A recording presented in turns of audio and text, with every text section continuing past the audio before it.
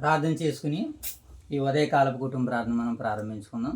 దేవాతి దేవుడు మరి గత రాత్రి కాల సమయంలో మనకి చక్కటి విశ్రాంతిని అనుగ్రహించి ఈ ఉదయకాల సమయంలో సజీవులుగా మనల్ని లేపి ఆయన సన్నిధిలో ఉదయకాల సమయంలో ఆయన భాగ్యాన్ని, ఆయన యొక్క మహిమను మనకి అనుగ్రహించిన పరలోకమందున్న కన్న తండ్రికి స్తుతులు స్తోత్రాలు తెలియజేసుకొనుచు మరి ఉదయకాల సమయంలో ప్రకటన గ్రంథము 2వ అధ్యాయాన్ని నేడు బైబిల్ పఠనంగా లేఖన భాగాలని మనము నేర్చుకుని తెలుసుకునేటువంటి ప్రయత్నాలు చేద్దాం. ఓకేనా? ముందుగా ప్రార్థనతో నేటి పరిచయం మనం ప్రారంభించుకుందాం. జయతల్లి ప్రార్థనతో నేటి ఉదయకాలపు కుటుంబ ప్రార్థన ముందుకు వెళ్దాం. జయతల్లి ప్రార్థన. వాళ్ళకు మా కంటతోనే గడాడిచిన మీ చేసుకున్నాం ఈ ఉదయకాసం వేగమైతుంది నీ సన్య భాగ్యం మీ సన్నిధి కాంతులు మా మీద ప్రకటన మీకు చేసుకున్నాం అవుతుంది. ఈ ఉదయకాసం ఇటు ఇదిగా తండ్రి ప్రకటన 2వ అధ్యాయం మేము చదువుతాం కానీ నేర్చుకుని పోతున్నా తెలుసుకుని పోతున్నా అయితే విని విడిది కాంతుంది మా ఋతు రాసుకుంటా చేయండి. నేను అడగాల్సి ఉంటుంది మొదటి అధ్యాయం నేర్చుకున్నాం అవుతుంది. ఈ రోజు తిరిగి 2వ అధ్యాయం కూడా నేర్చుకున్నాం అవుతుంది. ఉదయకాల సమయంలో మా ప్రేమిత సంఘం జ్ఞాపకం చేసుకున్న అవుతుంది. ఓదరు వైఎస్ఆర్ కిసాన్ కాపాడదండి వాక్యాన్ని వస్తున్న బియ్యాలు రాజుగా చేశారు. కుటుంబాన్ని కూడా చేర్చాను, సేవలకు కూడా చేర్చాను. నూతనంగా తరఫుగా మీ సేవలను తీర్చండి తండ్రి. ఉదయకాసం ఎవరైనా అనారోగ్య రోగులను అందరినీ పుట్టవేస్తామని యేసుక్రీస్తు నామమున అడుగుతున్న ప్రార్థన. రైట్, మంచిదినైనా మరి చక్కనటువంటి ప్రార్థన చేసి ప్రార్థనలో ఏకీభవించినటువంటి కుమారును చేసినటువంటి కుమార్తెను దేవుడు దీవించి ఆశీర్వదించును గాక.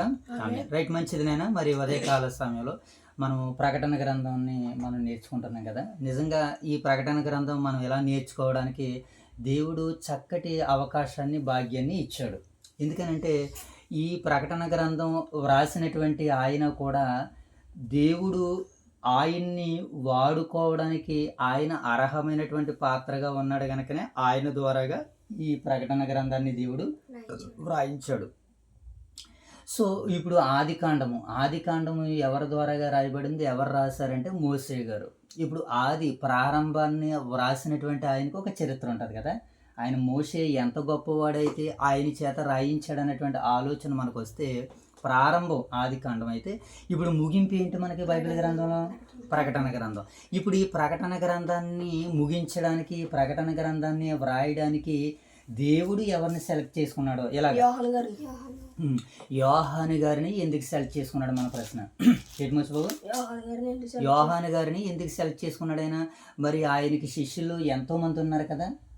శిష్యులు ముగించుకుని ఇంకా బయట ఉన్నటువంటి వ్యక్తులు ఎంతోమంది ఉన్నారు కదా. వాళ్ళందరినీ కాదని యోహాను గారే ప్రకటన గ్రంథాన్ని ఎందుకు వ్రాయవలసి వచ్చింది, ఆయన ఎందుకు వ్రాస్తాడు అన్నదాన్ని మనం ప్రశ్నించుకోవాలి. ఇప్పుడు ఇదే రీతిగా ఇదే సమయంలో ఈరోజు బైబిల్ని మనము ఇలాగే చదవాలని ఏమంటే ఆయన సన్నిధిలో ఆయన సన్నిధి భాగ్యాన్ని ఈ ఉదయకాల సమయంలో ఇటు రీతిగా మనము ప్రార్థించడానికి దేవుడు మనకే ఎందుకు ఇచ్చాడు, మిగతా వారికి ఇవ్వలేదా, మిగతా వారికి ఎందుకు ఇవ్వలేదు అన్నటువంటి ప్రశ్నలు కూడా రావాలి. ఎవరికి వారి భక్తిని, వారి విశ్వాసాన్ని ఎలా ప్రశ్నలు వేసుకుంటే మనం ఎక్కడికి వెళ్ళగలిగితే తెలుసా, మన పేర్లు జీవ గ్రంథాల్లో వ్రాయబడతాయి. ఒక మాట మీకు జ్ఞాపకం చేస్తాను నేను మోషబాబు ఇలాగా. ఏమంటే ఇది వరకు గిన్నిస్ బుక్లో రికార్డుకి ఎక్కడానికి మనుషులు ప్రతి ఒక్కరు కూడా చాలా ప్రయత్నాలు చేసేవారు. ఎన్ని ప్రయత్నాలు అంటే వారి కష్టము, వారి ప్రయాస, వారి యొక్క పట్టుదల, వారి యొక్క గోలు, గురి, గమ్యం ఏంటంటే గిన్నిస్ బుక్లోకి ఎక్కడానికి ఏం చేసేవారు అంటే చాలా సాహసాలు చేసేవారు. ప్రాణాలు అర్పించి కూడా ఎక్కడికి వెళ్ళారంటే గిన్నిస్ బుక్లో వారి పేరు నమోదు చేసుకున్నారు. మరి అలాగే ఈరోజు పరిశుద్ధ గ్రంథంలో పేరుకు ఎక్కడానికి కూడా యోహాను గారు ఈ ప్రకటన గ్రంథం రాయడానికి కూడా ఎవరికి పడితే వారికి ఇవ్వలేదు దేవుడి అవకాశాన్ని. ఎవరికి ఇచ్చాడైనా? ఇప్పుడు యోహాను గారికి ఎందుకు ఇచ్చాడంటే యోహాను గారు కూడా అంతగా ప్రయాసపడ్డాడు కనుక. ఓకేనా మోషబాబు? ఇప్పుడు యోహాను గారు ఎంతగా ప్రయాసపడ్డాడో ఒక మాటను మనం చదువుదాం. ఇక్కడ ప్రకటన గ్రంథం 1వ అధ్యాయము 9వ వచనం చదువుదాం. ఒకసారి తీయాలి మోషబాబు. యోహాను ప్రకటన గ్రంథం 1వ అధ్యాయం. Very good. మీ సహోదరుడును యేసును బట్టి కలుగు శ్రమలోను, రాజ్యములోను, సహనములోను పాలివాడినైన నేను యోహానును నేను దేవుని వాక్యము నిమిత్తము యేసును గూర్చిన సాక్ష్యము నిమిత్తమును పద్మాసు ద్వీపమున పరవాసినైతిని. అంటే యేసుక్రీస్తుల వారి విషయంలో ఈయన ఎలా ఉన్నాడట? శ్రమలలో పాలివాడిగా ఉన్నాడట. ఎక్కడ పాలివాడిగా ఉన్నాడు మోషబాబు? శ్రమలలోను, రాజ్యములోను, సహనములోను నేను పాలివాడినయ్యాను. అంటే ఈ ప్రకటన గ్రంథం ముగించడానికి ఆయనకు ఉన్నటువంటి క్వాలిఫికేషన్స్ ఏంటని మనం పరిశోధన చేస్తే కొన్ని మాటలు మనకు అర్థమవుతున్నాయి. ఆయన రాజ్యములోను, సహనములోను, ఏమండి మరల ఇంకెక్కడట? రాజ్యములోను, సహనములోను, శ్రమలలోను నేను పాలివాడినైతిని. అందుకనే ప్రకటన గ్రంథాన్ని ముగించడానికి ఏం చేశాడు? ఇప్పుడు ఎవరిని వాడుకున్నాడో? యోహాను గారిని వాడుకున్నాడు. ఇప్పుడు రాజ్యములోను, సహనములోను, శ్రమలలోను పాలివాడు అయితే ప్రభుత్వం ఏం చేసింది? ఈయన్ని రోమ ప్రభుత్వం ఏం చేసింది? ఈయన పట్టుకుని ఎక్కడ వేసింది? పద్మాసు ద్వీపంలో ఒక దీవిలో వేసేసింది. ఎందుకని? క్రీస్తుని అంగీకరించి క్రీస్తు కొరకు ప్రకటన చేస్తున్నారు కనుక. సో ఇప్పుడు ఎందు నిమిత్తం ఆయన పద్మాసు ద్వీపంకి వెళ్ళడానికి వెళ్ళాడయ్యానంటే ఇదిగో క్రీస్తుని గురించి శ్రమలలో, రాజ్యములో, సహనములో పాలివాడిగా ఉన్నాడు గనక. ఇప్పుడు Guinness book of world of Guinness book రికార్డులో పేరు నమోదు చేయాలంటే వారు ప్రాణాలను కూడా లెక్క చేయలేనటువంటి, ఏమండి ప్రాణాలను కూడా వదులుకోవడానికి సిద్ధపడినటువంటి వారు కనుక ఒకప్పుడు గిన్నిస్ బుక్లో పేరుకి ఎక్కడానికి వారు చాలా సాహసాలు చేశారు. ఈరోజు గిన్నిస్ బుక్ దాకలేదు. ఇప్పుడు రీల్స్లో ఏంటంటే ఎవరికంటే అందరికంటే నేను ఎక్కువ ఫీట్ నేను చేయగలిగితే నాకంటూ చరిత్రలో ఒక పేజీ ఉంటుందని ఈరోజు రీల్స్లోకి ఎక్కడానికి ప్రయత్నాలు చేస్తున్నారు. ఏమండి కనుక మనం ఎక్కడికో ఎక్కాలని కాదు. ఇప్పుడు బైబిల్ మనకు ప్రామాణికం, బైబిల్లో భక్తులు మనకు ప్రామాణికం. ఇప్పుడు యోహాను గారిని దేవుడు ఎందుకు సెలెక్ట్ చేసుకున్నాడు అంటే క్రీస్తు నిమిత్తం ఆయన ఒక సాక్షిగా బ్రతికాడు. ఎలా బ్రతికాడు మోషబాబు? సాక్షిగా బ్రతికాడు, గొప్పగా బ్రతికాడు, ఉన్నతంగా బ్రతికాడు, ఏమంటే ఒక్కడిగా బ్రతికాడు, ఒంటరిగా బ్రతికాడు. అందుకనే దేవుడు ఈయన చేత ఇప్పుడు ఏం చేయించాలనుకున్నాడు? ప్రకటన గ్రంథాన్ని. ప్రకటన అనగానే మనం ఏమనుకున్నాం మోషబాబు? దాచబడినది బయలుపరచడం. ఇప్పుడు యోహాను గారికి భవిష్యత్తులో జరగబోతున్నటువంటి సంగతులన్నీ చెప్పడానికి దేవుడు ఇప్పుడు ఎవరిని వాడుకున్నాడో? యోహాను గారిని వాడుకున్నాడు. ఏమండి ఇప్పుడు ఈరోజు కూడా మనము కూడా దేవుని పట్ల భయభక్తులు కలిగి ఉంటే దేవుడు మనల్ని కూడా వాడుకుంటాడని చెప్పడానికి యోహాను ప్రకటన గ్రంథం 1వ అధ్యాయము మీకు నాకు నిదర్శన. ఇప్పుడు ఆయన ఎలా ఉన్నాడు? దేవుడు వాడుకోవడానికి యేసుక్రీస్తు దాసుడును. ఏమంటున్నాడు చూడండి, 1వ వచనం, యేసుక్రీస్తు తన దాసులకు కనబరచుటకు దేవుడు ఆయనకు అనుగ్రహించిన ప్రత్యక్షత.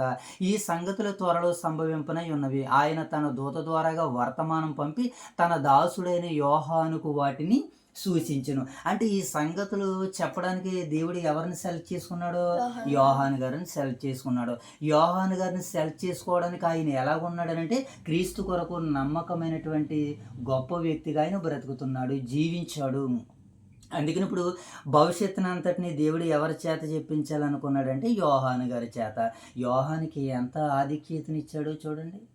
ఇంత ఆధిక్యతను ఈరోజు బైబిల్ గ్రంథాన్ని పరిపూర్ణం చేయడానికి, సంపూర్ణం చేయడానికి, ప్రకటన గ్రంథం ఆయనతో ముగించడానికి దేవుడు ఇష్టపడ్డాడంటే యోహాను గారు బ్రతికిన బ్రతుకును మనం చూడాలి.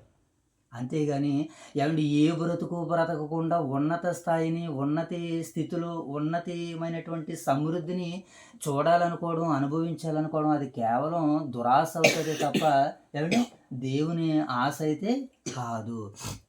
ఇంత గొప్పగా, ఇంత చక్కగా యోహాను ఇంకా ఎలా ఉన్నాడు అన్నాడు చూడండి. ఏమంటే ఆయన శ్రమల్లో పాలివాడిగా ఉన్నాడట. ఇంకా మనం చూద్దాం, ఇంకా ఏం చెప్పాలని దేవుడు యోహాను గారికి ఈ విషయాలు తెలియజేస్తున్నాడు అని అంటే, ఏమంటే ప్రభు ప్రత్యక్ష దినమందు నేను చచ్చిన వాడి వలె ఉన్నాను అంటున్నాడు ఆయన. ఇదిగో బోరధ్వని వంటి ఒక స్వరము నాతో పలుకుట వింటిని. ఇంతకీ బోరధ్వని స్వరము ఈయనతో ఏం చెబుతుంది?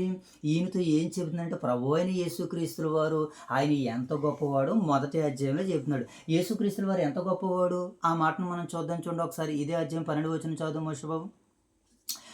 ఒక మాట 10వ వచనం చదువు. ప్రభు దినమందు ఆత్మవశుడనై ఉండగా బోరధ్వని వంటి గొప్ప స్వరము నీవు చూచుచున్నది పుస్తకములో వ్రాసి Ephesus, Smyrna, Pergamum, Thyatira, Sardis, Philadelphia, లవోదికీయను 7 సంఘములకు పంపమని చెప్పుట వింటిని.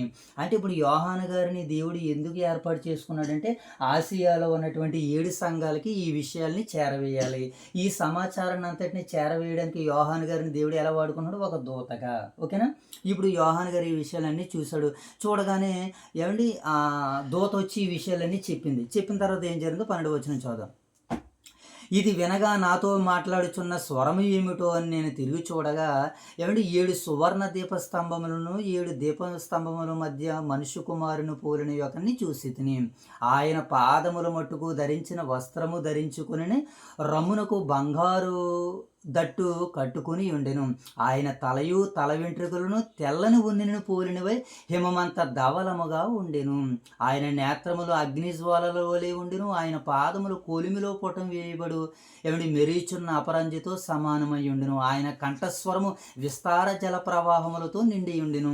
ఆయన కుడి చేత 7 నక్షత్రములు. అంటే యేసుక్రీస్తుల వారి యొక్క సౌందర్యాన్ని, ఆయన రూపాన్ని ఎంత గొప్పగా వర్ణిస్తున్నాడో చూడండి ఇక్కడ పరిశుద్ధాత్ముడు. యేసుక్రీస్తుల వారు ఎలా ఉన్నారట నాయన? ఆయన ఆకారము, ఆయన కండ్లు, ఆయన వస్త్రాలు, ఆయన దేహము ఏమండి, ఆయన నోట నుండి వచ్చేటువంటి మాట, ఇవన్నీ ఎంత గొప్పగా ఎంత చక్కగా వివరణ ఇవ్వబడిందో చూడండి. ఇంకా యేసుక్రీస్తుల వారి గురించి మాట్లాడుతూ 5వ వచనం చదువు. 5వ వచనం చూడు మోషబాబు. నమ్మకమైన సాక్షియు మృతుల్లో నుండి ఆది సంభూతుడిగా లేచిన వాడును భూపతులకు అధిపతి అయిన యేసుక్రీస్తు నుండి కృపా సమాధానములు మీకు కలుగునుగాక. భూపతులకు ఎవరటనైనా అధిపతి. ఈయన ఎవరట? నమ్మకమైన సాక్షి, మృతుల్లో నుండి లేచుట్లో ఆది సంభూతుడయ్యాడు. అంటే యేసుక్రీస్తుల వారి యొక్క గుణగణాలని, ఆయన యొక్క సౌందర్యాన్ని, ఆయన భవిష్యత్తు సంకల్పాన్ని, వీటినన్నిటినీ చెప్పడానికి దేవుడు ఎవరిని ఏర్పాటు చేసుకున్నాడంటే యోహాను గారిని మనకి మొదటి అధ్యాయం సెలవిస్తుంది. ఇక మొదటి అధ్యాయానికి ఏం చెప్పాలనుకుంటున్నారంటే యోహాను గారికి, ఇదిగో మనం చూసినట్లుగా 11వ వచనంలో చూసినట్లుగా ఏమంటే ఆసియాలో ఉన్న 7 సంఘాలకి భవిష్యత్తు సందర్భాలని, సంఘటనని చెప్పాలనుకుంటున్నాడు. ఎందుకనంటే ఆ సంఘాలన్నీ ఎలా ఉన్నాయంటే తప్పుడు బోధల్లో జీవిస్తున్నాయి, ఏమంటే మారు మనసు లేకుండా ఉన్నాయి. ఇప్పుడు ఆ సంఘాలకన్నిటిని మధ్య యేసుక్రీస్తుల వారి తిరుగుతూ ఆ సంఘాలని మారు మనసుకు పిలుస్తున్నాడు. మరొక అవకాశాన్ని ఇస్తున్నాడు.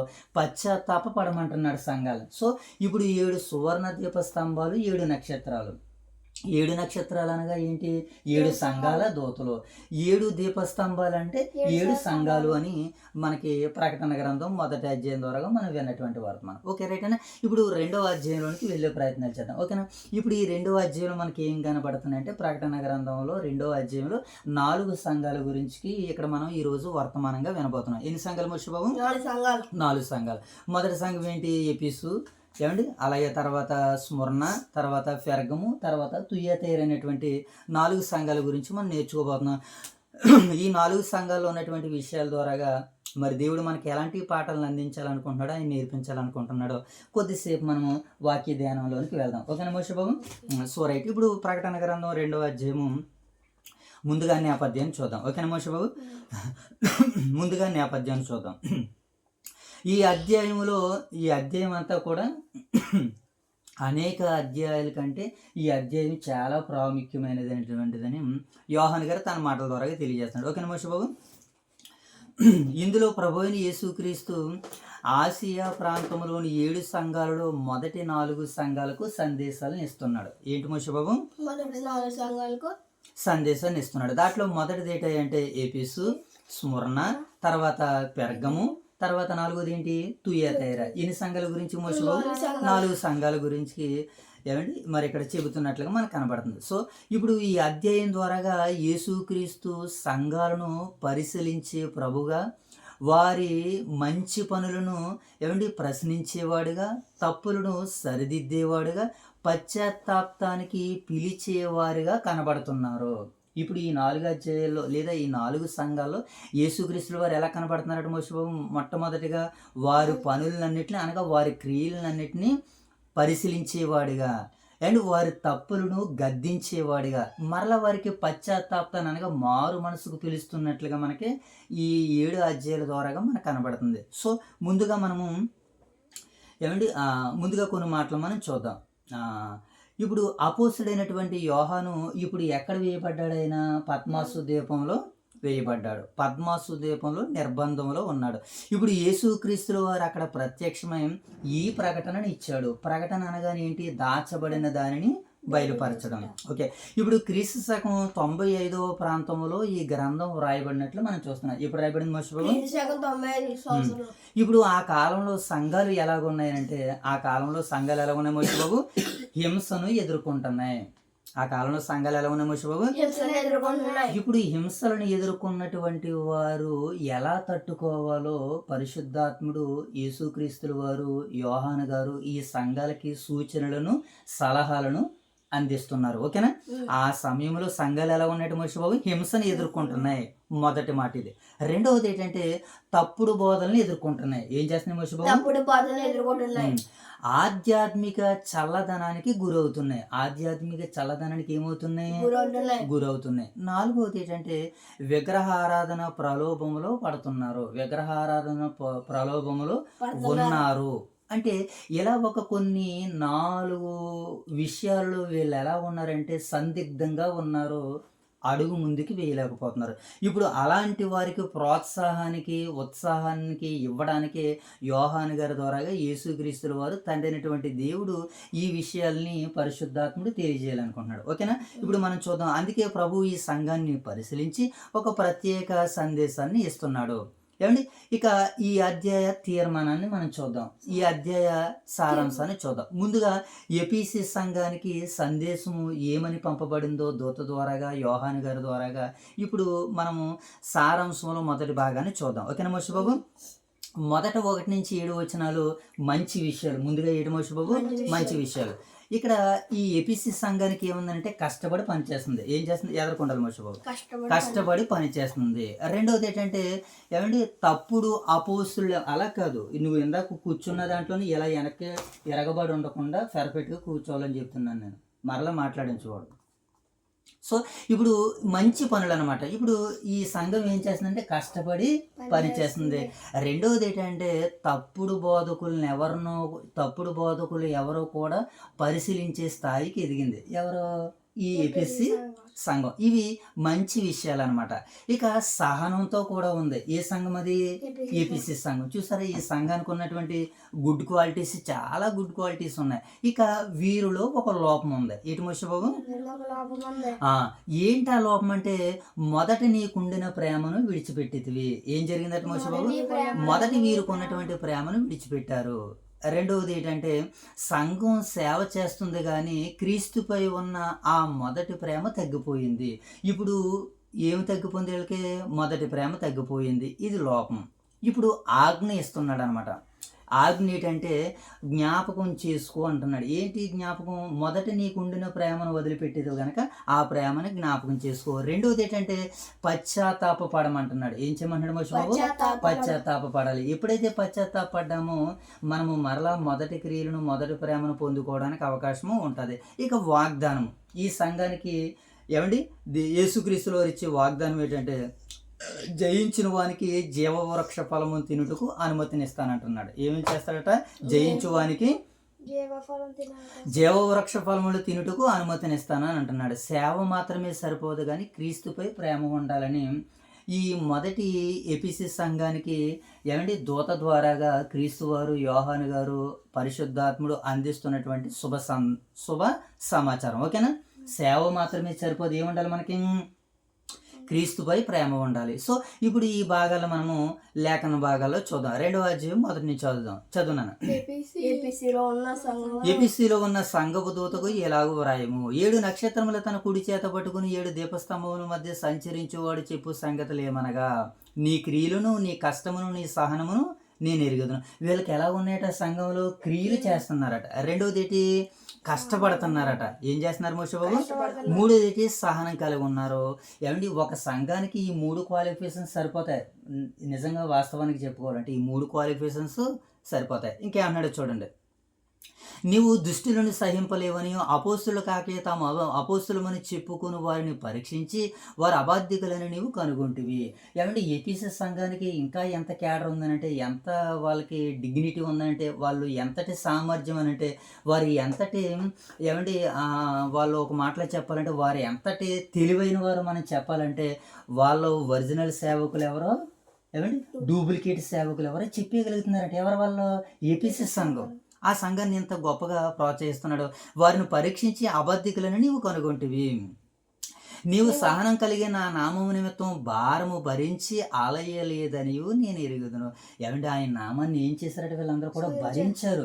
భరించి అలిసిపోలేదు. నా కొరకు నువ్వు ఎంతగా కష్టపడుతున్నావో నాకు తెలుసని ఏపీసీ సంఘాన్ని చాలా గొప్పగా మాట్లాడినటువంటి పరిశుద్ధాత్ముడు ఇప్పుడు కింద 4వ వచనంలో ఒక మాట అంటున్నాడు. ఒక మాట చదువునన్నమాట. 4వ వచనం. అయినను ఏమన్నాడు? అయినను మొదట నీకుండిన ప్రేమను నీవు వదిలితివని నేను నీ మీద తప్పు ఒకటి మోపవలసి ఉన్నది. ఏమండి, ఒక తప్పు మోపుతున్నాడంటే ఏటా తప్పు? మొదటి వీరికి ఉండినటువంటి ప్రేమను ఏం చేశారట వీళ్ళు? వదిలితివి అని అంటున్నాడు. ప్రేమను వదిలారు కనుకనే అనేక పనుల్లో నిమగ్నం అయిపోయారు. ఏమండి, ఇప్పుడు అనేక పనుల్లో నిమగ్నం అవ్వడం గొప్ప, ప్రేమ గొప్పదా అని అంటే ప్రేమ ముందు ఇవన్నీ చిన్నవిగా కనబడుతున్నాయి. అంటే ప్రేమ అంత గొప్పదా? అవును. ఎందుకు ప్రేమ అంత గొప్పదని అంటే ఈ క్రియలు నిన్ను గణపరిచేవాడిగా, మహిమపరిచేవాడిగా, ఏమండి నువ్వు ఒక జ్ఞానవంతుడిగా ఈ క్రియలు నిలబెడతాయేమో కానీ ప్రేమ అయితే ఏం చేస్తుంది తెలుసు? ఎదుటివాడిని నిలబెడతాది. ఎదుటివాడి కొరకు ప్రాణాన్ని ఇవ్వడానికి సిద్ధపడుతుంది. అది మొదట నీకుండిన ప్రేమను నీవు వదిలేతావంటే. ప్రేమను వదిలేసి నువ్వు ఎంతమంది బోధకులను పరీక్షించినా, నువ్వు ఎంత సహనం కలిగినా, నువ్వు ఎంత కష్టపడినా ప్రేమ ముందు ఇవి చిన్నవి అని అంటున్నాడని. అంటే ప్రేమ ఎంత గొప్పదా అంటే ఎస్ రైట్, ప్రేమ ఎంత గొప్పదని ఇప్పుడు ఏపీసీ సంఘానికి తెలియజేస్తున్నాడు. ఇప్పుడు 5వ వచనం. నీవు ఏ స్థితిలో నుండి పడితవో అది జ్ఞాపకము చేసుకుని మారు మనసు పొంది ఆ మొదటి క్రియలను చేయము. అట్లా నీవు మారు మనసు పొందితేనే సరి, లేని ఎడలని నీ యొద్దకు వచ్చి నీ దీపస్తంభం నుండి దాని చోటును, దీపస్తంభం నుంచి ఏం చేస్తాడంటే దాని చోటును తీసేస్తానని చెబుతున్నాడు. అంటే ఇంత కార్యాలు, ఇన్ని పనులు చేసినా ప్రేమ లేకపోతే అది ఎలాంటిదట? ప్రకటన ఏమంటే మనకి మొదటి కొరింథీ పత్రిక 13వ అధ్యాయంలో మనకు కనపడుతుంది, ప్రేమ లేని వాడినైతే నేను వ్యర్థుడును అని. సో ఇలా మొదటి సంఘాన్ని హెచ్చరికలు ఇస్తున్నట్లుగా మనకు కనపడుతుంది. తర్వాత 6వ వచనం చదువున్నాను. అయితే ఈ ఒకటి నీలోనున్నది, నికోలాయితీల క్రియలను ద్వేషించుచున్నావు, నేను కూడా వీటిని ద్వేషించుచున్నాను. చెవులు గలవాడు ఆత్మతో సంఘము చెబుతున్న మాటలు వినును గాక. జయించువానికి నా దేవుని పరదేశంలో ఉన్న జీవవృక్ష ఫలములను కూడా నేను భుజింపనెత్తునని మొదటి సంఘాన్ని ఏమంటే ఇక్కడ యోహాను గారు ప్రశంసిస్తున్నట్లుగా మనకి కనబడుతుంది. సో ఇప్పుడు 2వ భాగంలోనికి వెళ్దాం. 2వ సారాంశంలో 2వ సంఘం దగ్గరికి వెళ్దాం. ఇప్పుడు 2వ సంఘంలో మనం ఏ సంఘం గురించి మాట్లాడుతున్నాడు అంటే ఇక్కడ 8 నుంచి 11 వచనాలు. ఏంటి మోషబాబు? ఇక్కడ స్మరణ సంఘానికి సందేశం. ఏ సంఘానికి మోషబాబు? 8 నుంచి 11 వచనాలు. ఇప్పుడు స్మరణ సంఘం హింసలలో ఉన్న సంఘం. ఈ స్మరణ సంఘం ఏం చేస్తుంది మోషబాబు? హింసలలో ఉన్న సంఘము విశ్వాసుల సంఘంగా కనబడుతుంది. ఏ సంఘం అంటే ఇది? చూద్దాం. ఇక్కడ ఈ స్మరణ సంఘానికి ఉన్నటువంటి మొదటి విషయం ఏంటి? మంచి పనులు. ఏంటినైనా మంచి విషయాలు ఏంటంటే శ్రమలో ఉన్నారు వీళ్ళు. ఎలా ఉన్నారు మనుషులు? పేదవారుగా కనిపించిన ఏమంటే దేవుని మనసుని గెలుచుకున్న వారుగా కనబడుతున్నారు. ఎవరు వీళ్ళు? స్మరణ సంఘం. ఓకేనా? మంచి విషయాల్లో మనం చూసాం. ఇక 2వది ప్రభువు ప్రోత్సాహం. ఈ సంఘాన్ని ప్రోత్సహిస్తున్నారు యేసుక్రీస్తుల వారు. ఏమని ప్రోత్సహిస్తున్నారో మనం చూద్దాం. మరణం వరకు నమ్మకంగా ఉండుము అని అంటున్నాడు. ఏం చెప్పిన బాబు? వారిని పశ్చాత్తాపడడానికి పిలుస్తున్నాడు. పశ్చాత్తాపడడానికి వీళ్ళని పిలవలేదు కానీ ఏం చేస్తున్నాడంటే మరణం వరకు నమ్మకంగా ఉండము. ఇప్పుడు ఏపీసీ సంఘాన్ని ఏం చేశాడు? మరలా నువ్వు మారు మనసు పొందానంటే పశ్చాత్తాపానికి ఏపీసీ సంఘాన్ని పిలిచాడు కానీ స్మరణ సంఘాన్ని పశ్చాత్తాపానికి పిలవలేదు. కానీ ఏమంటున్నాడు? మరణం వరకు నమ్మకంగా ఉండము. ఎందుకంటే వారిలో తప్పు చెప్పబడలేదు. ఎవరో స్మరణ సంఘంలో ఏమి లేదు, ఇప్పుడు తప్పు లేనట్టుగా మనకు కనబడుతుంది. సో వీళ్ళకి వాగ్దానం ఇస్తానంటున్నాడు. ఏంటనంటే మరణం వారికి హాని చేయదు అని అంటున్నాడు. వాగ్దానం ఏంటట? మరణం వరకు నువ్వు నమ్మకంగా ఉండు, మరణం నిన్ను ఏమి చేయదు, హాని చేయదు అని వారికి భరోసాని ఇస్తున్నాడు. ఇక ప్రత్యేకమైనటువంటి బోధ ఏంటైనా ఆధ్యాత్మికమైన కష్టాలు విశ్వాసిని ఏం చేస్తాయంటే మంచి దారికి నడిపిస్తాయని ఈ స్మరణ సంఘం మనకు తెలియజేస్తుంది. ఓకేనా మోషబాబు? ఇక ఇప్పుడు సారాంశంలో 2వ సంఘాన్ని మనం చూద్దాం. 8 నుంచి 11 వచనాలు. ఓకేనా? చదవమ్మా. 8వ వచనం. స్మరణలో ఉన్న సంఘపు దూతకు ఎలాగో వ్రాయము, మొదటి వాడును కడపటి వాడునయుండి మృతుడై మరలా బ్రతికిన వాడు చెప్పు సంగతులు ఏమనగా, నీ శ్రమను నీ దరిద్రతను నేను ఎరుగుదును. వీళ్ళకి ఏమున్నాయట? శ్రమ ఉన్నది, దరిద్రత ఉన్నది. ఏమండి, నీ శ్రమను నీ దరిద్రతను నేను ఎరుగుదును. ఆయనను నువ్వు ఎవరు అంటున్నాడు ఆ సంఘాన్ని? నీవు ధనవంతుడివే, తాము యూదులమని చెప్పుకొనుచు యూదులు కాక సాతాను సమాజపు వారి వలన నీకు కలుగు దోషణని నెరుగుదును. నీవు పొందబోవు శ్రమలకు భయపడకుము. ఇదిగో మీరు శోధింపబడినట్లు అపవాది మీలో కొందరిని చెరలో వేయించబోచున్నాడు. 10 దినములు శ్రమ కలుగును, మరణం వరకు నమ్మకంగా ఉండుము, నేను నీకు జీవ కిరీటాన్ని ఇచ్చేదును అని అంటున్నాడు. మరణం వరకు ఎలా ఉండమంటున్నాడు మోషబాబు? నమ్మకముగా ఉండు. సంఘములతో ఆత్మ చెప్పుచున్న మాట చెవుగలవాడు వినుగాక. జయించువాడు రెండవ మరణం వలన ఏ హాని పొందడు. జయించాలి, మరణం వరకు నమ్మకంగా ఉండాలి. కనుక వీళ్ళలో తప్పు ఏమీ లేదు. వీళ్ళు ఏమి అనుభవిస్తున్నారంటే శ్రమలు అనుభవిస్తున్నారు. వీళ్ళు ఏమి అనుభవిస్తున్నారంటే దరిద్రతను అనుభవిస్తున్నారు, సహనాన్ని అనుభవిస్తున్నారు.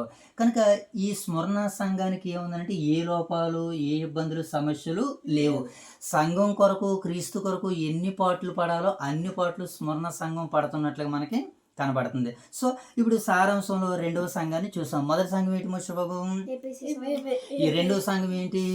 స్మరణ. ఇప్పుడు మూడో సంఘం దగ్గరికి వెళ్దాం. మూడో సంఘం ఏంటంటే పెర్గము సంఘం. ఏంటి మోషబాబు? పెర్గము సంఘము. ఏమండి, ఇప్పుడు పెర్గము సంఘానికి మరి ఏమని సందేశాన్ని ఇస్తున్నారో యోహాను గారు ఆ భాగాల్లోనికి వెళ్దాం. పెర్గమము విగ్రహారాధనకు కేంద్రంగా మారిపోయింది. పెర్గమ సంఘం ఎలా ఉంది మోషబాబు? చూద్దాం. వీళ్ళలో మంచి పనులు ఏమున్నాయో చూద్దాం. మొట్టమొదటిగా వీళ్ళలో ఉన్నటువంటి మంచి పనులు ఏంటంటే సాతాను సింహాసనం ఉన్న ప్రదేశంలో కూడా విశ్వాసాన్ని నిలుపుకున్నారు. సాతాను ఎక్కడ ఉన్నాడట? సింహాసనం ఉన్నటువంటి ప్రాంతంలో సంఘం ఉన్నది. అయినా సరే వీళ్ళు ఏం చేయలేదు, వారి విశ్వాసాన్ని పాడు చేసుకోలేదు. ఎందుకంటే సాతాను సింహాసనం ఉన్న దగ్గర సంఘం ఉంటే నిలబడదు. కారణం ఏంటంటే మనం చెప్పేది ఒకటే, వాడు చేసేది మరొకటే. మనం ప్రార్థన చేస్తుంటే వారు పాటలు వేస్తారు, మనం వాక్యం చెప్పుకుంటే డ్యాన్సులు వేస్తారు, మనము ప్రకటన చేస్తుంటే వారు అల్లరి చేస్తూ ఉంటుంటారు. అయినా సరే పెర్గమ సంఘం ఎలా నిలబడింది? విశ్వాసములో నిలబడింది. ఇక అంతిప అనేటువంటి విశ్వాసి మరణించినా సరే వీళ్ళు విశ్వాసాన్ని విడిచిపెట్టలేదు. అంతిప అనేటువంటి ఒక నీతిమంతుడు ఆ సంఘంలో చనిపోయాడు. ఇదిగో ఇలాంటి ఆయన చనిపోతే ఇంకా మనం ఏ పాటి వారమని వీళ్ళ విశ్వాసాన్ని బలహీనపరచుకోలేదు. వీళ్ళ విశ్వాసాన్ని ఏం చేశారు మోషబాబు? బలపరుచుకున్నారు. అందుకని వీళ్ళలో కొన్ని మంచి పనులు కనబడుతున్నాయి. ఏ సంఘం ఇది? పెర్గమ సంఘం. ఎన్నో సంఘం ఇది? మూడో సంఘం. Right, very good. ఇప్పుడు మంచి విషయాలు చూసాం ఎక్కడ? పెర్గమ సంఘంలో. ఇప్పుడు లోపాలు చూద్దాం. ఏంటైనా బిలాము బోధన అనుసరిస్తున్నారట వీళ్ళు. ఎవరి బోధన అనుసరిస్తున్నారు మోషబాబు? రైట్, బిలాము బోధలు. మరొక బోధ ఏంటంటే నికోలైతుల బోధలు. మరొక బోధ ఏంటంటే ఇక మూడోది ఏంటంటే బోధలో ఈ బోధలన్నీ కూడా వీళ్ళు ఏం చేస్తున్నారంటే రాజీ పడేలా చేస్తున్నాయి.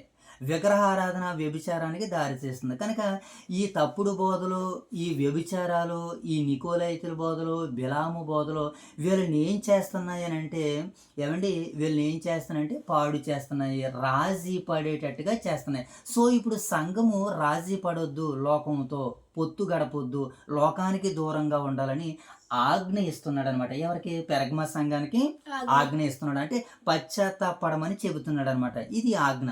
ఇక ఈ సంఘానికి వాగ్దానం ఏంటంటే దాచబడి ఉన్న మన్నా. ఏంటి మోషబాబు? మన్నా, తెల్లరాయి, కొత్త పేరు నేను నీకు పెడతానని ఈ సంఘానికి, పెర్గమ సంఘానికి పరిశుద్ధాత్ముడు యోహాను గారు పరిశుద్ధాత్మ ఈ విషయాన్ని తెలియజేస్తున్నారు, వాగ్దానం. ఓకేనా? ఇక ఆధ్యాత్మిక బోధ. ప్రపంచంలో రాజీ పడే విశ్వాసం దేవునికి ఇష్టం ఉండదు. మరి ఎలా ఉండాలి విశ్వాసము? రాజీ పడకూడదు. నువ్వు చెప్పొద్దన్నా సరే యోహాను చెప్పాడు, పట్టుకున్నారు పద్మాసు దీపంలో, చెరసాలలో, కారాగారంలో ఆయన్ని వేసేసినట్లుగా మనకు కనపడుతుంది. సో ఇది పెర్గమ సంఘాన్ని గురించినటువంటి సారాంశం. మనం 12 నుంచి 17 వచనాల వరకు చదువుకుందాం. ఓకేనా నాన్న? 12. పెర్గములో ఉన్న సంఘపు దూతకు ఎలాగో వ్రాయము, వాడి అయిన 2 అంచులు గల ఖడ్గము గలవాడు చెప్పు సంగతులు ఏవనగా, సాతాను సింహాసనమున్న స్థలములో నీవు కాపురమునుచున్నావు అని నేను ఎరుగుదును. మరియు సాతాను కాపురమున్న ఆ స్థలములలో నా యందు విశ్వాసి అయ్యుండి నన్ను గూర్చి సాక్షి అయిన అంతిపా అను వాడు మీ మధ్యను చంపబడిన దినములలో నీవు నా నామమును గట్టిగా చేపట్టి నా యందలి విశ్వాసమును విసర్జించలేదు. ఏదైనా ప్రమాదం, సందర్భం, బాధలు, కష్టాలు రాగానే విశ్వాసం ఏమైపోతుంది మోషబాబు? విశ్వాసాన్ని వదిలేస్తారు, విసర్జిస్తారు. కానీ పెర్గమ సంఘం ఏం చేయలేదు, విశ్వాసాన్ని విసర్జించలేదని నేను ఎరుగుదును. అయినను నేను నీ మీద కొన్ని తప్పుదములు మోపవలసి ఉన్నది. కొన్ని తప్పుదలే మోపుతున్నాడట, 1, 2 కాదు, కొన్ని తప్పుదలు. అవి ఏంటంటే లెక్కపెట్టు మోషేబాబు. అవి అనగా లెక్కపెట్టు: విగ్రహములకు బలి ఇచ్చిన వాటిని తిననట్లును, రెండవది జారత్వం చేయనట్లును, మూడవది ఇశ్రాయేలుకు ఉరి అడ్డవలనను బాలాకు బిలామును నేర్పిన బోధనను అనుసరించి వారు నీలో ఉన్నారు. ఎన్ని విషయాలు తప్పుడు బోధలో ఉన్నారో, తప్పుడు విషయాలు ఉన్నారో? 3 విషయాలు. ఇప్పుడు ఈ 3 విషయాల్లోని వీళ్ళని ఏం చేయమంటున్నాడు? సరిదిద్దుకోమంటున్నాడు, పశ్చాత్తాప పడమంటున్నాడు. ఇప్పుడు 15 వచనం. అటువలనే నికోలాయితుల బోధన అనుసరించి వారును నీలో ఉన్నారు. కావున మారు మనసు పొందుము, లేని ఎడల నేను నీ యొద్దకు వచ్చి నా నోట నుండి వచ్చు ఖడ్గము చేత వీరితో యుద్ధము చేసేదను. సంఘములతో ఆత్మ చెప్పుచున్న మాట చెవులు గలవాడు వినుగాక. జయించు వానికి మరుగయున్న మన్నాను భుజింపనిత్తును, మరియు అతనికి తెల్లరాతినిత్తును.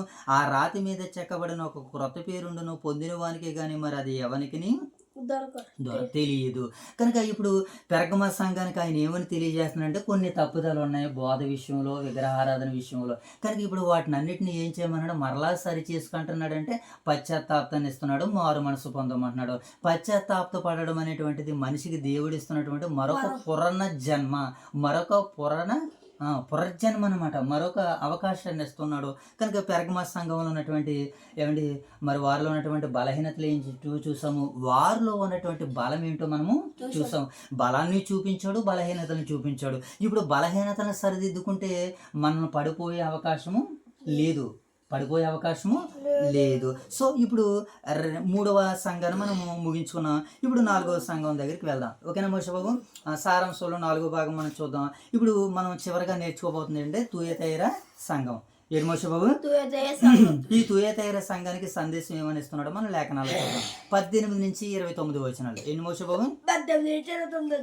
ఈ అధ్యాయంలోనే మనకి ఈ సంఘంలోనే ఎక్కువ వచనాలు మనకి కనబడుతున్నాయి. చూద్దాం ఎన్ని వచనాలు అంటే సుమారుగా చాలా ఇష్టం, అయినా సరే మనం ప్రయాసపడదాం. ఓకేనా? తుయతైర సంఘానికి పరిశుద్ధాత్ముడు పంపుతున్నటువంటి వర్తమానం చూద్దాం. ఓకేనా? ఈ సంఘములో ప్రేమ, సేవ, విశ్వాసం ఉన్నాయి. ఈ సంఘంలో ఏమన్నా మోషబాబు? సేవ, విశ్వాసము, సహనము కూడా ఉన్నాయి. 4. చివరికి వీళ్ళకి ఉన్నటువంటి ఆ చివరి క్రియలు మొదటి క్రియల కంటే ఎక్కువగా ఉన్నాయట. చివరి క్రియలు ఎలా ఉన్నాయట? మొదటి క్రియల కంటే చివరి క్రియలు బాగున్నాయి. అంటే ఒక మాటలో చెప్పుకోవాలంటే కార్య ఆరంభము కంటే కార్యాంతం బాగుంది. ఏ సంఘం ఇది? తుయతైర సంఘం. వీళ్ళలో ఉన్నాడు. ఇప్పుడు తుయతైర సంఘానికి అందిస్తున్నటువంటి సందేశం ఏంటి అంటే, ఇప్పుడు మనం మంచి విషయాలను చూస్తున్నాం. మొదటిగా ఏంటి మోషబాబాయ్? వీళ్ళలో ఉన్నటువంటి మంచి విషయాలు ఏంటంటే ప్రేమ, సేవ, విశ్వాసము, సహనము. వీళ్ళు మొదటి క్రియల కంటే చివరి క్రియలు కూడా గొప్పగా ఉన్నవి. ఇవి వీరి యొక్క గుడ్ క్వాలిటీస్, మంచి లక్షణాలు. ఓకే, ఇప్పుడు మంచి లక్షణాలు ముగించుకున్నాం. ఇప్పుడు వీరిలో ఉన్నటువంటి లోపాలు ఏంటైనా? వీరిలో ఉన్నటువంటి లోపాలు ఏంటో మనం చూసినప్పుడు, యెజబేలు అనేటువంటి తప్పుడు బోధకురాలని సహిస్తున్నారు. ఎవరు? యెజబేలు అనగా ఎవరు? ఆహాబు గారి భార్య. ఆవిడ లాంటి తప్పుడు బోధలు ఉన్నటువంటి ఆ బోధలు ఉన్నటువంటి స్త్రీని ఏం చేస్తానంటే అనుసరిస్తున్నారు, సహిస్తున్నారు. యెజబేలు అనేటువంటి తప్పుడు బోధకురాలని వీళ్ళు సహిస్తున్నారు. ఇది లోపము, ఇది వారిలో ఉన్నటువంటి తప్పు. ఆమె వ్యభిచారానికి సంఘాన్ని ఏం చేస్తుంది? ప్రేరేపిస్తుంది. వ్యభిచారంతో పాటు విగ్రహారాధనకు కూడా దారితీసింది. చూసారా? తప్పుడు బోధ ఏం చేస్తుంది? విగ్రహారాధన, వ్యభిచారము చేయించేస్తుంది. కనుక వీళ్ళలో ఉన్నటువంటి లోపాన్ని ఏం చేయమంటున్నాడు అంటే దిద్దుకోమంటున్నాడు. ఇప్పుడు హెచ్చరికిస్తున్నాడు తుయతైర సంఘానికి. ఏమని హెచ్చరికిస్తున్నాడు మోషేబాబు? పశ్చాత్తాపానికి సమయం ఇచ్చాను రమ్మంటున్నాడు. ఏమంటున్నాడు? పశ్చాత్తాపానికి సమయం ఇచ్చాను, ఇచ్చినా మారలేదా? మారకపోతే మీరు మాడి మసి అయిపోతారు అని చెబుతున్నాడు అనమాట హెచ్చరిక. ఇప్పుడు వాగ్దానం ఏంటంటే జయించే వారికి జనము పైన అధికారాన్ని ఇస్తానంటున్నాడు. జనముల పైన ఏమిస్తాడు మోషబాబు?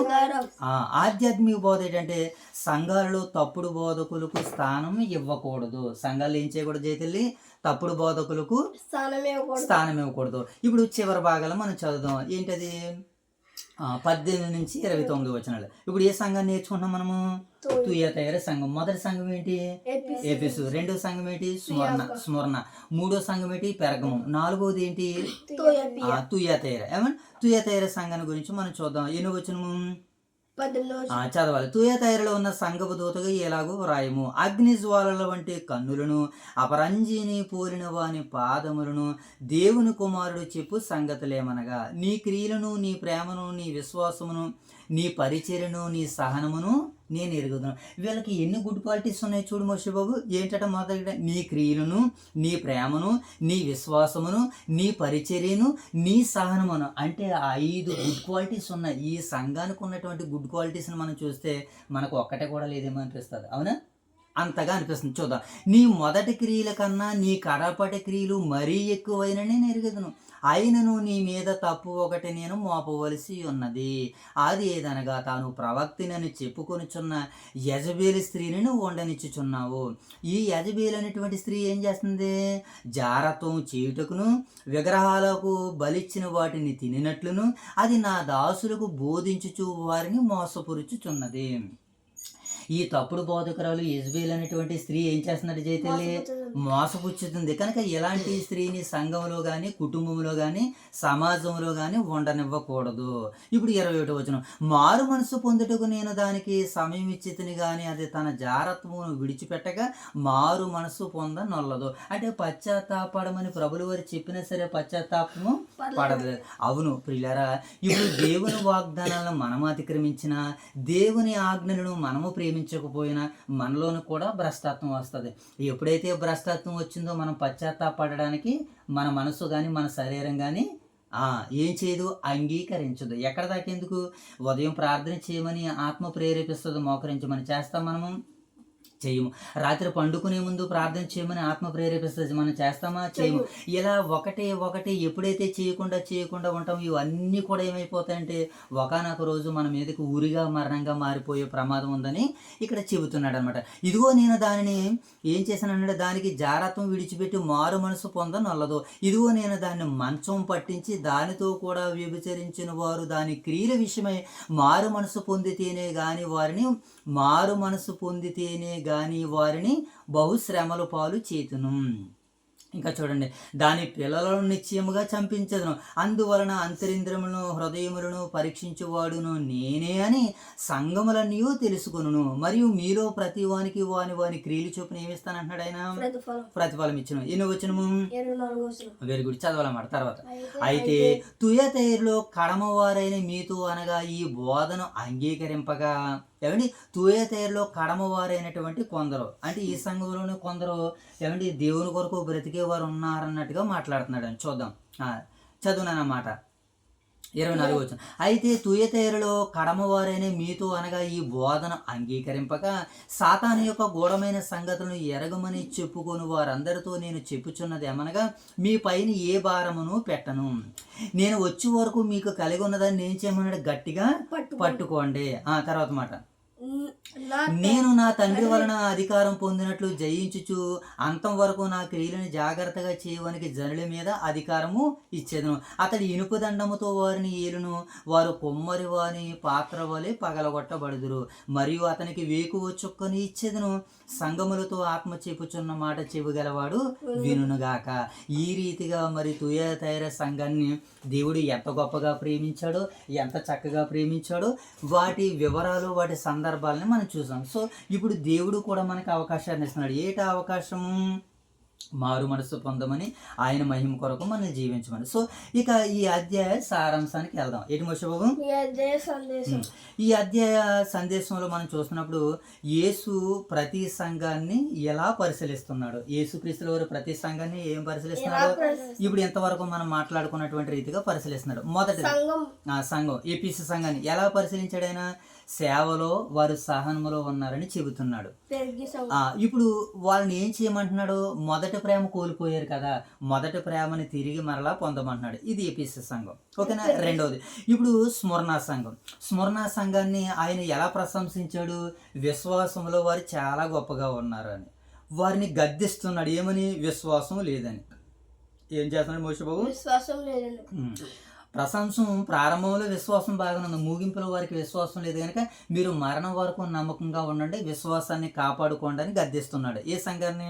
స్మరణ సంఘాన్ని. ఇప్పుడు మూడవది పెరగమ సంఘం. ఏంటి మోషబాబు? పెరగమ సంఘాన్ని ఎలా ప్రశంసిస్తున్నాడు? స్థిర విశ్వాసం కలిగి ఉన్నారట వీళ్ళు. ఎలా ఉన్నారు మోషే బాబు? విశ్వాసం కలిగి ఉన్నారు. వీళ్ళకు ఉన్నటువంటి గద్దింపు ఏంటంటే తప్పుడు బోధల్లో ఉండిపోయారు. విశ్వాసం స్థిరంగా ఉంది కానీ తప్పుడు బోధల్లో ఉండిపోయారు. ఇప్పుడు తుయతైర సంఘం ఏంటి? ఈ తుయతైర సంఘాన్ని యేసుక్రీస్తు వారు ఎలా ప్రశంసిస్తున్నారంటే ప్రేమ, సేవ. వీళ్ళకి రెండూ ఉన్నాయి. ఏమున్నాయి మోషే బాబు? కనుక వీళ్ళని ఎలా గద్దిస్తున్నాడు? యెజబెలుని మీరు సహిస్తున్నారు కదా, యెజబెలుని మీరు తరిమి కొట్టండి అని వారిని గద్దిస్తున్నాడు. సో ఇది ఈ అధ్యాయ సారాంశంగా మనకి సందేశంగా కనపడుతుంది. ఓకేనా? ఇక ఈ అధ్యాయంలో ఉన్నటువంటి మరికొన్ని సందర్భాలను మనం చూద్దాం. ఏంటి మోషే బాబు? మరికొన్ని సందర్భాలను చూద్దాం. యేసుక్రీస్తు సంఘాల మధ్య నడిచే ప్రభువు. ఎవరినైనా ఆ సంఘాల్లో ఉన్నటువంటి తప్పుడు విషయాలన్నింటినీ లేవనెత్తి మాట్లాడుతున్నారు. ఆయన ప్రతి సంఘాన్ని ఏం చేస్తున్నాడు? ఆయన పరిశీలిస్తున్నాడు. ఒక మాట అన్నారు దావీదు గారు, నేను కూర్చుండుట లేచుట నీకు తెలియను అని. ఆయన ప్రతి సంఘాన్ని ఏం చేస్తున్నాడు మోషే బాబు? పరిశీలిస్తున్నాడు. ఇక అంటున్నాడు మొదట ప్రేమ అత్యంత ముఖ్యమైనది. మొదటి ప్రేమ ఏంటి మోషే బాబు? సేవ కంటే క్రీస్తు ప్రేమ గొప్పది. సేవ కంటే ఏంటి మోషే బాబు?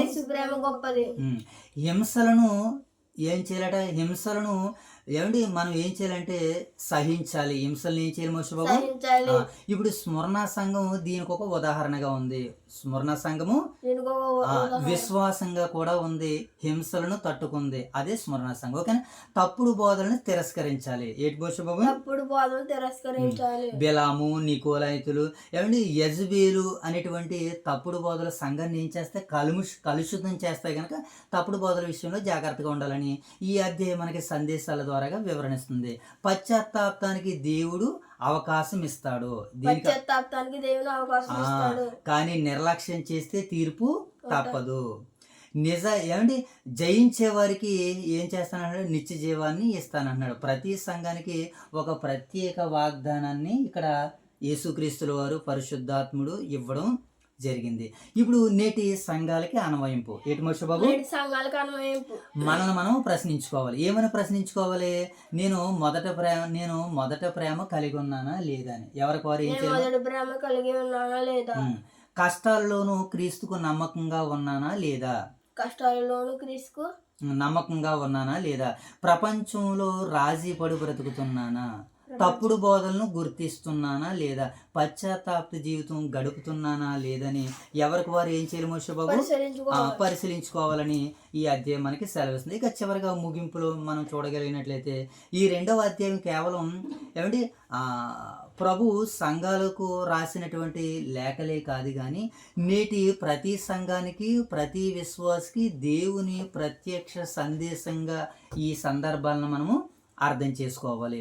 ప్రభువు మన సేవలను మాత్రమే కాదు, మన హృదయాన్ని కూడా ఆయన పరిశీలిస్తాడు. కాబట్టి ప్రేమలో నిలిచి సత్యాన్ని కాపాడి చివరి వరకు విశ్వాసములో నిలకడగా ఉండాలని చెవిలి గలవాడు ఆత్మ సంగములతో చెప్పుచున్న మాట వినుగా కానీ యోహాను గారు తన మాటల్ని ముగించడం జరిగింది. సో ఇది ఈ రెండవ అధ్యాయం యొక్క సందేశము, సారాంశము, వివరణ, నేపథ్యం. ఎంతవరకు దేవుడు తన సన్నిధిలో మనల్ని కూర్చోండిపెట్టి ఆయన సన్నిధి భాగ్యాన్ని మనకిచ్చిన పరలోకమందున్న కన్న తండ్రికి కృతజ్ఞతలు తెలుపుకుంటూ ఆ రోజు వాక్య నిమిత్తము మరి క్రీస్తు సాక్ష్య నిమిత్తము పద్మాసు దీపులో ఉండి మరి ప్రభువు కొరకు అనేక హింసలు పొందినటువంటి క్రీస్తు సాక్షి యోహాను గారు మరి ఆయనతో ప్రకటన గ్రంథాన్ని ముగించాలనుకున్నారు. ఇప్పుడు మనతో దేవుడు దేనిని ముగించాలనుకుంటున్నాడో, దేనిని తెరవాలనుకుంటున్నాడో ప్రార్థనా పూర్వకంగా ఎదుర్కొనే ప్రయత్నాలు చేద్దాం. ప్రార్థన చేసుకుందాం. చేతులు జోడించండి, తల వంచండి, కండ్లు మూసుకోండి. మహాగణుడ, మహోన్నతుడ, ప్రేమగల తండ్రి మీకు వందనాలు. ఇంతవరకు ఈ ఉదయకాల సమయంలో వేగిరమే మీ సన్నిధి భాగ్యాన్ని, మీ సన్నిధి కాంతులను ప్రకటన గ్రంథం ద్వారాగా మీరు మాకు అనుగ్రహించినందుకే మీ పరలోక ప్రేమకే కృతజ్ఞతలు. విన్నవాక్యం మా వినికిడులు ఫలాన్ని తీసుకుని రమ్మని వేడుకుంటున్నాం. అలాగే తదుపరి పరిచయను వీక్షిస్తున్న మా ప్రియులైన పరిశుద్ధులందరినీ మీరు దర్శించండి, దీవించండి, ఆశీర్వదించండి.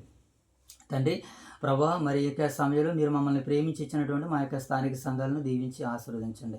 అలాగే ఇంత గొప్ప పరిచర్య చేసుకోవడానికి మాకు అవకాశం ఇచ్చిన మా ప్రియులు దైవసేవకులు బిఎల్ రాజు గారిని, వారి యొక్క కుటుంబాన్ని మీరు దీవించి ఆశీర్వదించి కాచి కాపాడండి. అలాగే నేను వారిని ప్రేమించి ఇచ్చినటువంటి స్థానిక సంఘాలు ఓదురు వైఎస్ఆర్ నగర్లో ఉన్నటువంటి సంఘాన్ని, సంఘ బిడ్డలను దీవించి ఆశీర్వదించి కాచి కాపాడమని వేడుకుంటూ ఈ రోజునైనా మరి నీ బిడ్డలు చేస్తున్నటువంటి పనుల్లోనూ ప్రయాణాల్లోనూ మీ తోడును, భద్రతను, క్షేమాన్ని, దీవెనను, ఆశీర్వాదాన్ని అనుగ్రహించండి.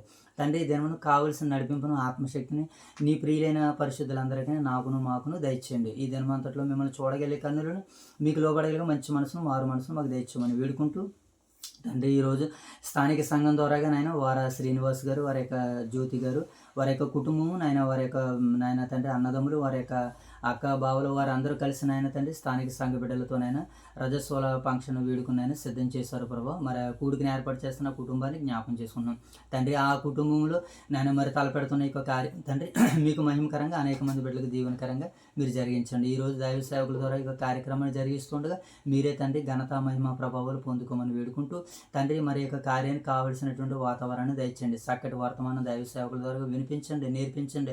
బిడ్డలను పిల్లలను మేము ఎలా సంఘంలో పెంచాలో, వారిని ఎలా పెంచితే మీరు సంతోషిస్తారో అటు రీతిగానైనా మేము ముందుకు నడవగలటకు మీ సహాయాలతో సహకారాలతో మమ్మల్ని నింపమని రాబోతున్నటువంటి పరిశుద్ధులను, బంధువులను, స్నేహితులను అందరినీ సకాలంలో నడిపించండి. కార్యారంభం మొదలుకొని కార్యం ముగించేంత వరకు మీ దయగల హస్తాలతోనైనా ప్రతి ఒక్కరిని నింపమని నడిపించమని వేడుకుంటూ ఒడిదుడుకులు ఏమీ లేకుండా, సమస్యలు ఏమీ లేకుండా సంతోషాలతో ఆనందాలతో ఆ కార్యాన్ని ప్రారంభించి ముగించగలటకు మీ సహాయాలతో మమ్మల్ని నింపుతారని నడిపిస్తారని ఆశిస్తూ ప్రార్థిస్తూ తండ్రి మరొక పర్యాయం మీ సన్నిధిలోనైనా మీతో కలిసి మాట్లాడుకునే పర్యంతం వరకు మీ యొక్క దయగలిగిన కృపగలిగిన హస్తాలతో అప్పటి వరకు మమ్మల్ని నింపుతారని నడిపిస్తారని ఆశిస్తూ మా రక్షకుడైన యేసుక్రీస్తు వారి నామం పేరటి ప్రార్థనకు సమర్పిస్తున్నాము తండ్రి. అందరికీ వందనాలైనా.